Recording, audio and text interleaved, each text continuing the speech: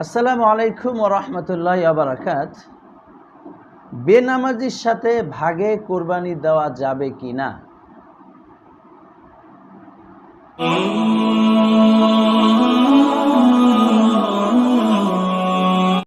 এর উত্তর হলো, বেনামাজিকে আমরা দুই ভাগ করতে পারি।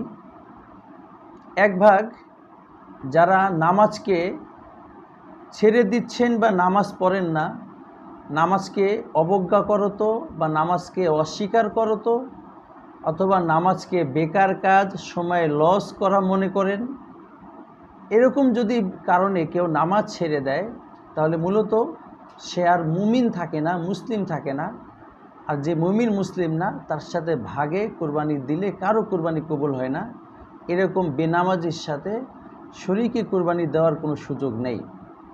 দ্বিতীয়ত, যিনি নামাজ পড়েন না